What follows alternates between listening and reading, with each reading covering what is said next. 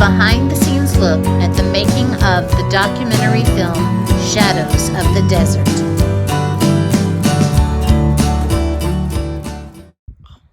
So a little bit of history about me. I was born and raised in Detroit, Michigan. Got out of there quite early, and I moved to Montana, where I spent most of my life. Moved to Arizona about 7 years ago. I've been many things. I've been a flight attendant. I've worked for the auto companies. But the most interesting job I had was being a real estate broker, where you're going into all these homes and all these old barns and these old ranches from the 1800s. You talk about overwhelming feelings. That there's some of the homes I could not go in. Didn't have anything to do with how clean they were or how they were laid out. It was the feeling that hit me if I tried to put my foot literally over the threshold. I could not do it. And every home that triggered something for me, I researched, and there was always a suicide, a murder, domestic violence. These homes had horrific histories that you could feel in the walls. It would just ooze out of the walls at you. A lot of these homes, if I went into them to show them, I would wear my crystals. I would wear certain colors of clothing. Light blue is very, very good for putting off evil, warding off evil.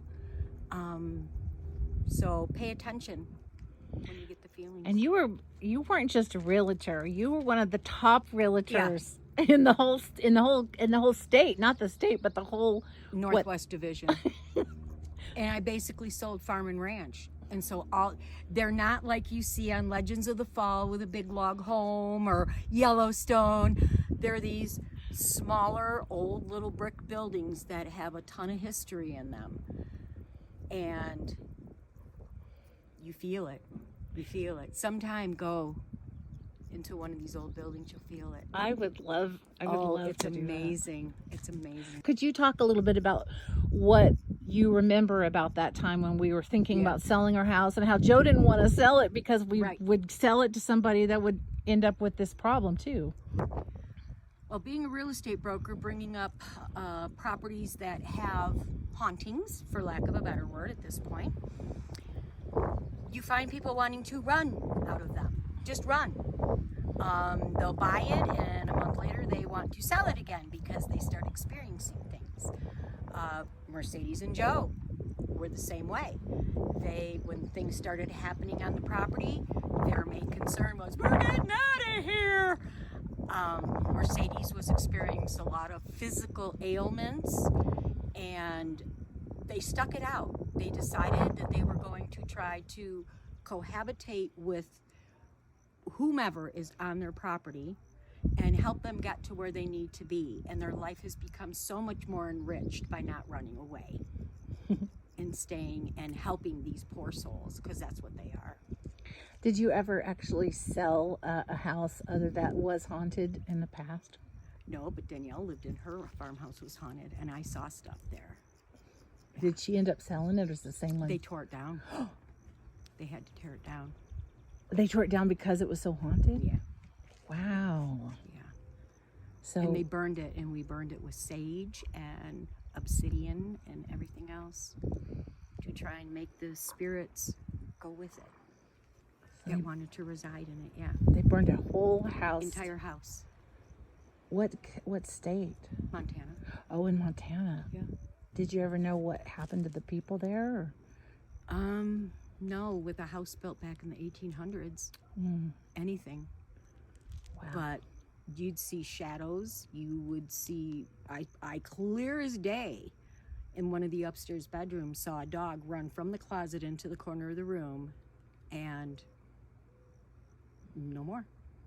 It was a black-gray shadow.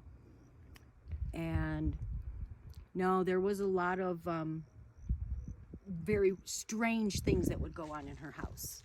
Strange people would show up at 10, 11 o'clock at night. It is just a very weird environment. So yeah, they tore it down. All of us tore it down.